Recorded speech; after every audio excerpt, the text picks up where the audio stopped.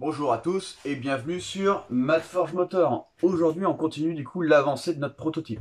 Alors, pour ceux qui viennent d'arriver, ce qu'il faut savoir, c'est qu'on crée notre prototype de A à Z. Donc, on crée complètement le châssis, tous nos circuits, tout ce qui va bien. La seule chose qu'on fabrique pas, c'est notre carrosserie. Voilà. Donc, en fait, on a prélevé une carrosserie, on a créé un châssis, on a fait du coup plein de trucs sur mesure. Et aujourd'hui, on va s'attaquer à notre toit. Voilà. Alors, notre toit. Ici, on le fait en carbone. Évidemment, c'est pour gagner une énorme masse. Notre toit de base, c'était un toit ouvrant. C'est extrêmement lourd. Vous allez voir qu'on va gagner quand même énormément. Surtout à un endroit critique du véhicule, à un endroit hyper haut.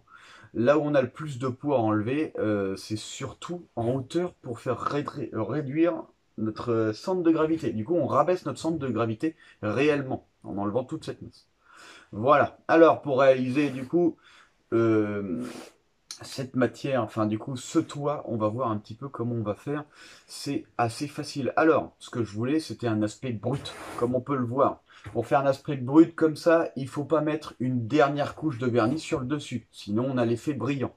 Voilà, pour avoir un effet brut comme ça, il faut mettre votre dernière feuille et appuyer dessus pour qu'en fait la résine remonte et qu'on ait un espèce de rendu satiné, entre satiné et, comment on appelle ça? Mince, pas brillant, mais terni, un peu comme ça. Voilà.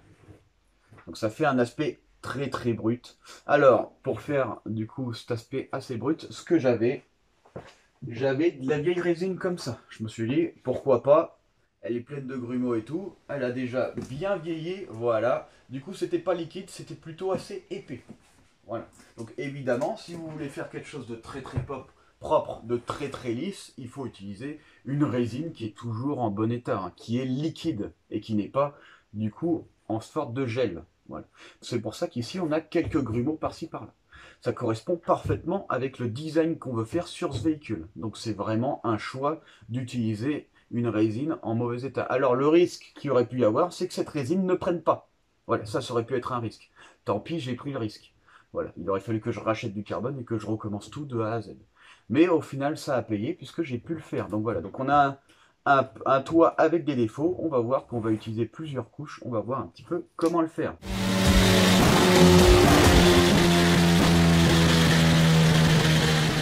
Alors, pour commencer, il va nous falloir du coup que notre toit, voilà, avec notre toit ouvrant, comme ici. Voilà, donc là c'est le toit de la voiture, hein. Voilà, hop, voilà. Donc il faut que ce toit soit lisse, évidemment. Parce que si vous avez des trous du style le toit ouvrant, et ben du coup vous aurez des soucis. La toile va venir du coup vers l'intérieur. Donc ici, la première chose à faire, ça va être de placer notre toit ouvrant.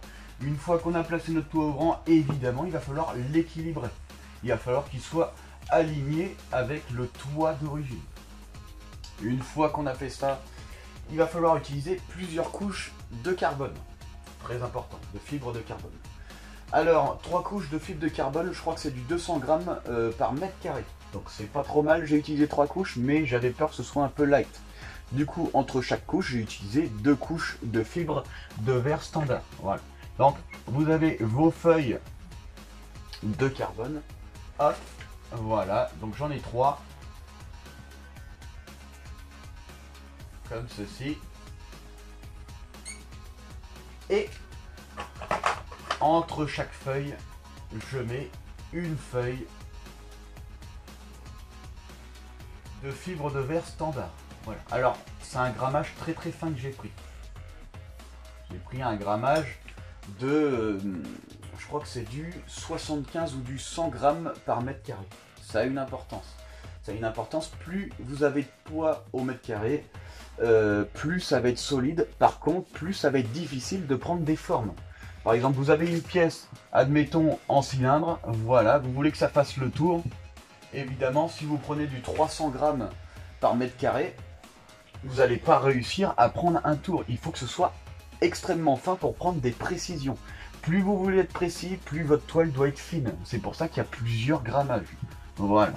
Ça peut arriver qu'il y en ait jusqu'à, je crois, 400 400 grammes par mètre carré. Donc là, ça commence à faire très épais. Évidemment, ça prend que les formes plates parce que c'est hyper lourd, hyper dur et épais. Voilà. Donc, plus c'est fin, plus on peut faire de choses précises. Donc voilà, entre chaque couche, ici, voilà, on va mettre du coup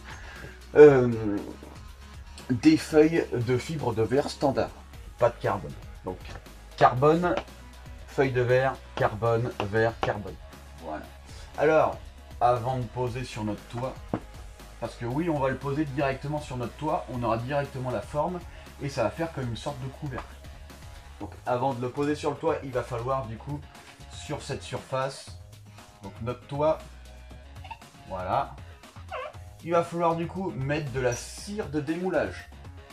Une fois qu'on a mis notre cire, hop, on commence à mettre de la résine, une feuille, de la résine, une feuille, de la résine, une feuille, de la résine et une feuille. On termine par une feuille, on ne termine pas par de la résine quand on veut avoir l'aspect qu'on a. Si on veut un aspect très très propre, il va falloir finir par de la résine, la poncer, la lustrer ou faire en plusieurs couches ou sinon utiliser un vernis de carrosserie pour faire une finition parfaite. Voilà. Donc là, nous, notre objectif, c'est qu'on soit brut. Donc, important, surtout, n'oubliez pas le démouleur. C'est le plus important si vous arrivez. Sinon, vous pourrez ne pas arriver à démouler. Donc, sur une carrosserie, ça se démoulera, mais vous pourrez casser votre plaque de fibre. Une fois que votre plaque de fibre est finie, si vous la cassez, c'est pas forcément très bon pour la rigidité après. Voilà.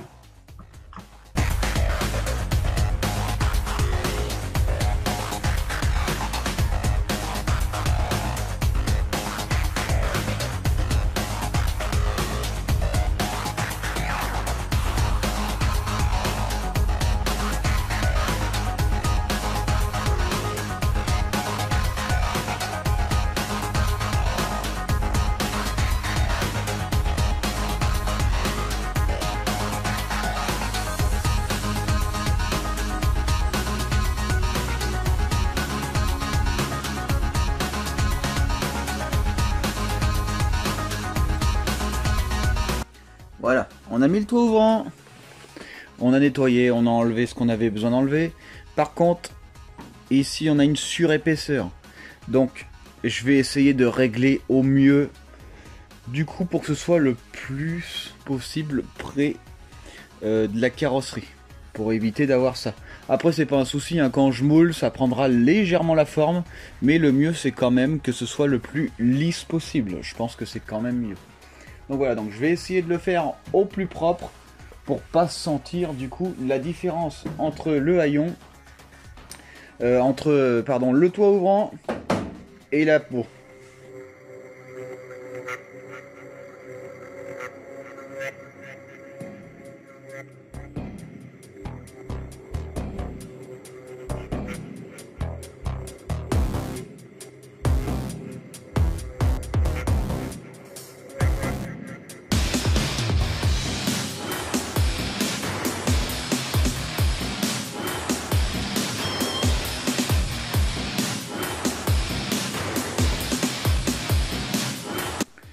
Voilà un peu ce que ça donne après ajustage.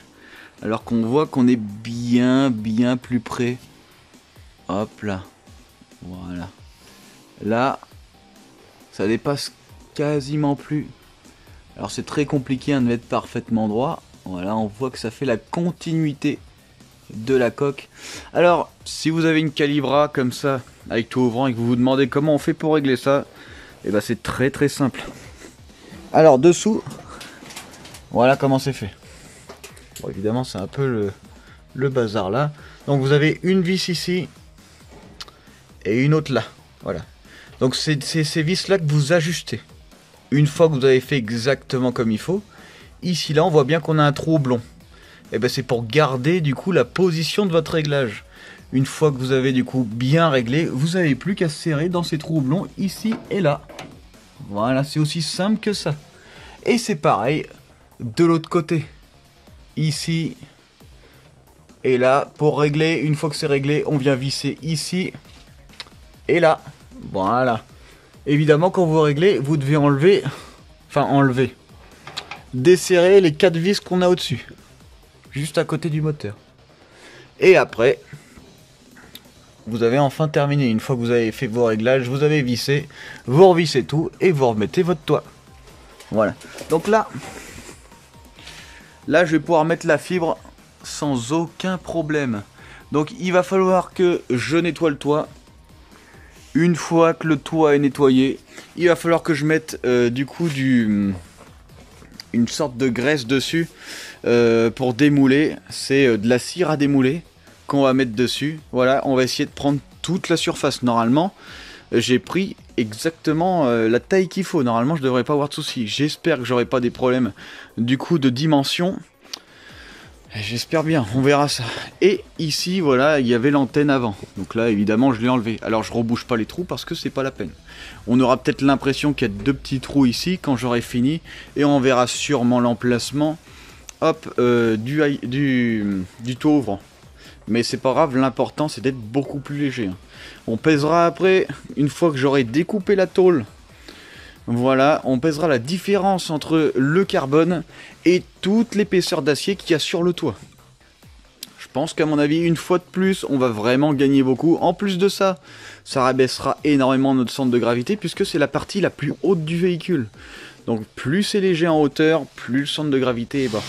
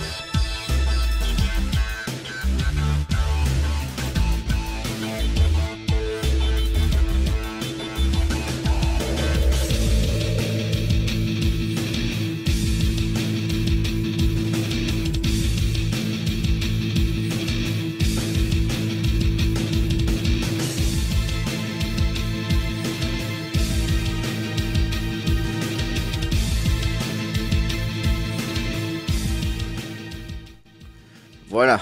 Donc là, on vient du coup de décoller notre plafond. C'est extrêmement lisse. Voilà, parce qu'on était bien contre. Alors, grâce du coup au démoulant, on a pu avoir une surface vraiment très lisse qui a parfaitement épousé le toit. Voilà. Donc là, on voit bien que c'est super beau. Mais on s'en fout de l'esthétique. Si jamais vous voulez faire la même chose mais avec un extérieur aussi beau que le dessus, c'est pas compliqué, hein. Vous faites exactement la même chose, sauf que vous utilisez du coup une résine, pas comme là-bas qui tombe en cube, mais plutôt une résine bien liquide, bien propre, bien neuve. Et une fois que de l'autre côté on est un peu mat comme ça, vous mettez encore une couche de résine en plus dessus, vous attendez bien que ça sèche, et là après vous poncez au mil. Vous poncez au mil, une fois que tout est lisse, soit vous lustrez, donc en fait vous poncez encore plus fin, après vous lustrez pour avoir quelque chose de très lisse, soit vous vernissez. Voilà, ça dépend, il y a plusieurs façons de faire. Et après vous aurez un résultat identique à celui-là, mais extérieurement. Et encore celui-là c'est pas très propre parce qu'en fait il y a encore les résidus du démouleur. C'est pour ça qu'on n'est pas lisse, enfin qu'on n'est pas brillant, mais qu'on est un peu mat. Par contre si je dégraisse et que j'enlève du coup le démoulant, et ben on va être parfaitement lisse. Voilà. Donc maintenant il ne reste plus qu'à découper, enfin enlever d'abord du coup le toit, enlever comme on peut voir ici, la trace du toit ouvrant. Donc on va enlever d'abord le toit ouvrant et après on découpera l'emplacement pour pouvoir mettre en place du coup notre nouveau toit en carbone.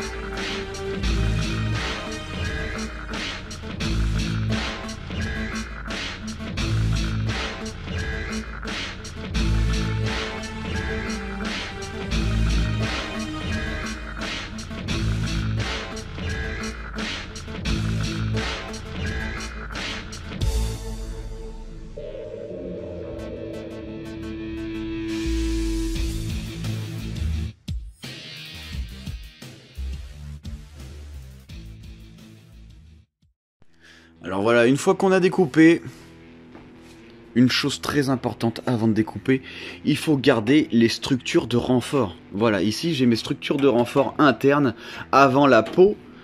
Il faut absolument le garder. Voilà, c'est notre rigidité. Donc voilà, comme on peut le voir, hop, ici on a notre renfort. Voilà, du coup je le garde à l'avant et à l'arrière. En fait là ce qu'on a enlevé c'est uniquement la peau visuelle. Et on remplace la peau visuelle. Bon évidemment vu qu'il y avait un toit ouvrant, il y avait des renforts. Ces renforts là ne sont plus utiles. Les renforts pour le toit ouvrant ne servent plus à rien. Ce qui compte ce sont les renforts principaux de notre maintien qui sont juste dessous. Voilà, donc ici on a des trous. Voilà, pour mettre directement après notre plaque de carbone. Et normalement si tout se passe bien, quand vous remettez votre plaque, vous allez voir, elle prend sa place directement. Parce qu'elle est parfaitement moulée dessus. Donc il suffit juste de la poser dessus et elle va prendre sa position.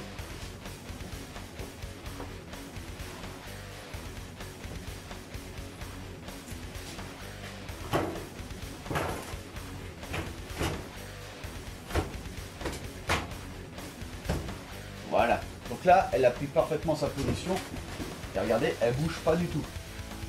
Donc même si vous n'avez pas fait les perçages avant, vous pourrez toujours les faire après. Mais c'est quand même mieux de les faire avant. Voilà, alors ici on pourrait même se poser la question s'il suffirait pas juste de la coller. Peut-être que juste en la collant sans mettre dérivé, ça tiendrait largement. Parce qu'ici de toute façon l'air vient là. Le problème c'est que quand l'air vient là, l'air a tendance à vouloir aspirer. Voilà. Donc peut-être que ce serait quand même plus judicieux de mettre dérivé. Ce qu'on va faire, on le collera avec une colle spéciale carrosserie. Je pense, ça se vend en tube, c'est un peu comme du silicone. Voilà, qu'on mettra dessous au niveau des rivets là, partout, toute la ligne, hop, pour faire étanchéité aussi, et après on viendra rifter, clac clac clac. Voilà. Et notre toit ouvrant, enfin notre toit ne bougera plus. Voilà, du coup on vient d'installer le toit en fibre de carbone, donc 3 couches de carbone, 2 couches de fibre très très fines, je crois que c'est de la 125 grammes par mètre carré, la fine qu'on a mis. Donc on a mis 2 couches de fine plus 3 couches de carbone. Voilà. Et voilà un peu ce que ça donne. Alors, poids total de ce toit en carbone, 1725 grammes. 1725 grammes, 1715 grammes à peu près. Voilà, donc là c'est vraiment pas beaucoup, hein. 1,7 kg. 1,7 kg pour tout un toit. Faut savoir que ce qu'on a enlevé, on a pesé ça et on a perdu, enfin on a enlevé 17 kg, 17,5 kg. On a enlevé 17,5 kg et on a rajouté 1,7 kg. On n'est pas loin des 15,8 kg. Hein. Donc on a perdu à peu près 15,8 kg. À l'endroit le plus haut de la voiture, du coup on rabaisse notre centre de gravité. Voilà. Je pensais au début que ce serait peut-être un peu trop fin, mais au final, c'est largement assez épais. Voilà. Alors du coup pour faire les finitions, pour éviter que les fils partent comme ça, une fois que j'aurai fini toute ma voiture, je reviendrai mettre un tout petit peu sur les bords du coup de la résine. Voilà, pour éviter que les effilochages comme ça restent. Ce qu'il va falloir faire aussi, c'est à l'arrière regarder si le haillon, on n'a pas de souci, si ça vient pas cogner contre. Sinon il va falloir couper un peu plus tôt. Si cette vidéo vous a plu, n'hésitez pas à mettre un pouce bleu. Si tout ça vous intéresse et que vous n'êtes pas abonné, si la construction de châssis vous intéresse, si le fait de faire un toit carbone vous intéresse, si de faire des circuits électriques, circuits freins, etc. etc. Rendez-vous sur Madforge Motor.